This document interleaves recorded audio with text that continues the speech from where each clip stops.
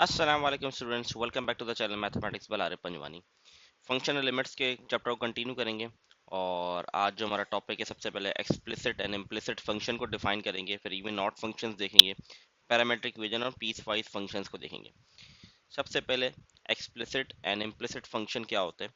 अच्छा, इससे रिलेटेड इस साल के पेपर में सवाल भी आया था, वो भी मैं आपको बताऊंगा क्या सवाल था, क्या क्वेश्चन था। बहुत ही आसान सा 3 मार्क्स का क्वेश्चन आया हुआ था और बहुत सारे स्टूडेंट वो भी सॉल्व सही नहीं कर पाए थे। तो इसीलिए मैं बार बार ये चीज़ रिपीट करता हूँ, हर वीडियो में रिपीट करता हूँ, ये छोटी छोटी चीज़ों को बहुत लाइटली ना लें।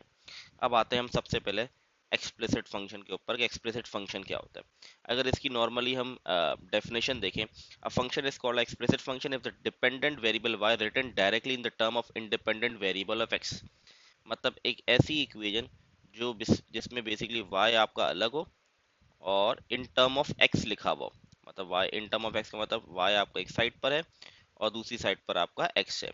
मतलब y जो है डिपेंडेंट वेरिएबल है आपका और x जो है इंडिपेंडेंट वेरिएबल, जिसमें सिंपली y आप अलग कर सकते हो, तो उसको हम कहते हैं एक्सप्लिसिट फंक्शन। ठीक है, बड़ी सिंपल सी डेफिनेशन है और बिल्कुल सिंपल सा कॉन्सेप्ट है।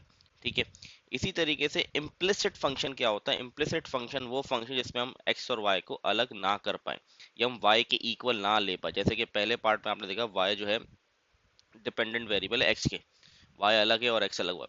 ऐसा फंक्शन जिसमें दोनों अलग ना हो। ठीक है, तो जिसमें y सेपरेटली ना लिखा हुआ हो, या हम ये भी कह सकते हैं, इसको इस तरह भी पढ़ा जा सकता है, y सेपरेटली ना लिखा हो। जैसे कि इम्प्लिसिट फंक्शन की अगर डेफिनेशन में कहूं तो x square plus y square is equal to, ये एक्सप्लिसिट है। ठीक है, ये अलग अलग नहीं लिखे हुए।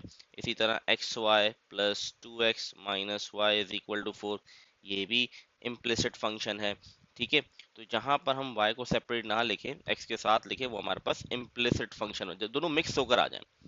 एक्स और वाई दोनों मिक्स होकर एक इक्वेशन बनाए जिसमें वाई इज नॉट आइसोलेटेड कह सकते हैं हम, या अलग ना हो आपके, डिपेंडेंट ना हो एक्स के, तो उसको हम कहते हैं बेसिकली इम्प्लिसिट फंक्शन।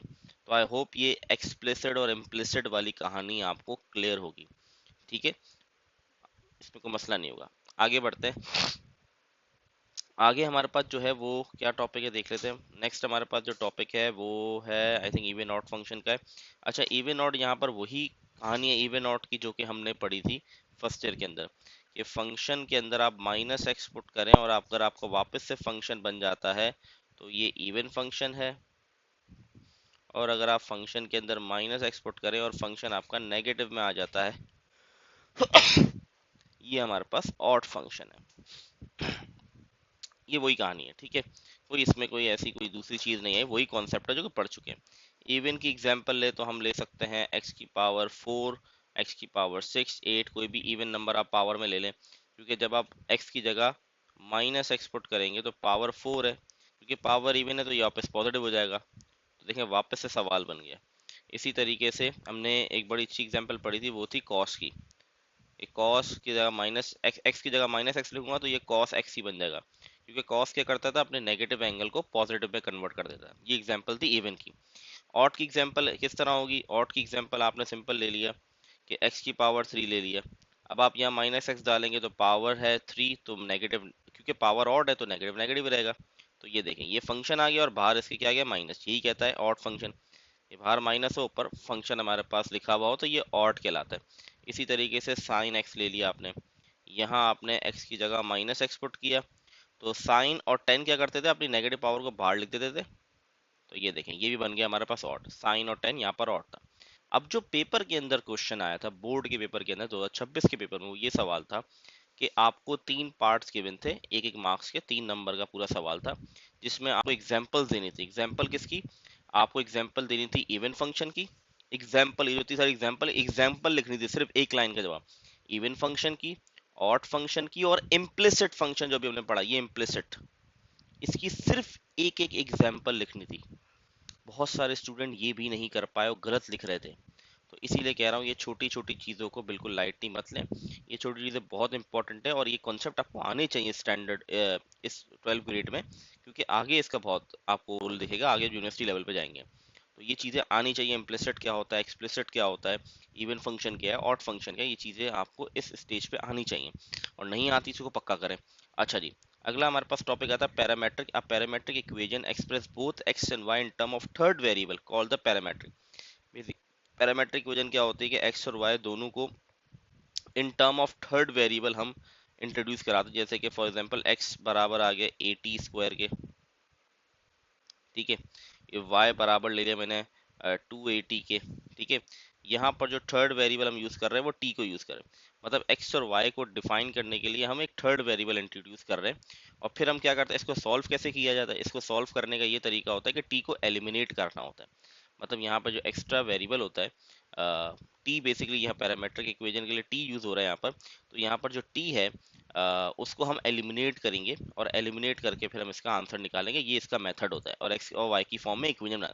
यहाँ पर ए जो है ऐसा कांस्टेंट ट्रीट हो रहा है, ठीक है। अब कैसे एलिमिनेट करेंगे, जैसे कि ये वाली इक्वेशन में तो टी के ऊपर स्क्वायर है, मैंने ये इक्वेशन ले ली, यहाँ से मैंने 2a को वहाँ जाके डिवाइड करा दिया, तो टी मेरा बराबर आ गया y/2 है। अब टी की जगह मैं ये कर दूंगा x इज इक्वल टू ए, यहाँ आ जाएगा y/2a होल स्क्वायर। तो ये बन जाएगा a, फिर ये स्क्वायर लग जाएगा, नीचे 2 का स्क्वायर 4 और ये a स्क्वायर हो गया। तो ये एक a की कटिंग कर दी, तो x की वैल्यू मेरे पास आ गई y² / 4a। ये वैल्यू मेरे पास x की आ गई, ठीक है। तो ये हमारे पास, अगर मैं 4a को वहां ले जाऊंगा तो ये इक्वेशन बन जाएगी 4ax is equal to y²।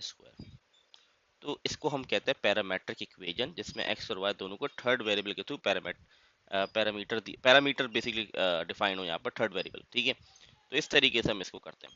I hope ये क्लियर होगा, इसमें कोई इतनी मुश्किल चीज़ नहीं थी। अगर कॉन्सेप्ट क्लियर है तो फिर बहुत आसान है, ठीक है।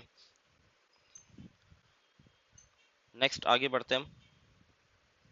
अच्छा, पीस वाइज फंक्शन की डेफिनेशन देख लें। A piecewise function is a function that has different rule for different interval of the domain.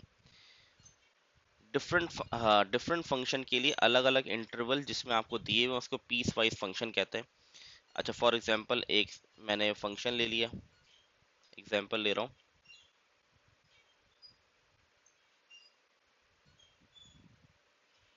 अब ये एक फंक्शन है और एक ये दूसरा फंक्शन है, इसमें मल्टीपल फंक्शन हो सकते हैं, 3-4 भी हो सकते हैं, ठीक है।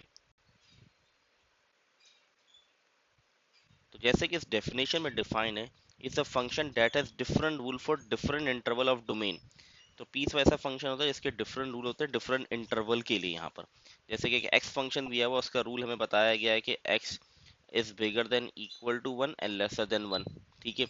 दूसरे फंक्शन की जो लिमिट, अच्छा ये लिमिट दी हुई है ना, यहाँ से यहाँ तक का इंटरवल इसका बताया, 0 से लेके 0 से स्टार्ट होगा और 1 से छोटी वैल्यू। इसी तरीके इसकी लिमिट दी हुई है 1 से equal to 1 and lesser than and equal to 2, ठीक है। तो ये इनकी लिमिट डिफाइंड की हुई है। तो जहां आपके पास डिफरेंट टाइप्स ऑफ फंक्शन आ जाए बट डिफरेंट लिमिट्स इंटरवल आपको गिवन हो, तो वो हमारे पास कहलाता है पीस वाइज फंक्शन, ठीक है। आई होप ये चीज़ें आप लोग को क्लियर होंगी, और ये बहुत बेसिक सी चीज़ें थी, इसमें कोई ऐसी मुश्किल चीज़ आई होप नहीं होगी आप लोग के लिए, ठीक है। तो यहाँ पर लेक्चर को एंड करते हैं। आई होप ये चारों चीज़ें क्लियर होंगी, और जैसे मैंने बताया पास्ट पेपर में सवाल किस तरह का पूछा गया था, और अगर कोई भी कन्फ्यूजन हो तो आप पूछ सकते हैं। अल्लाह हाफिज़।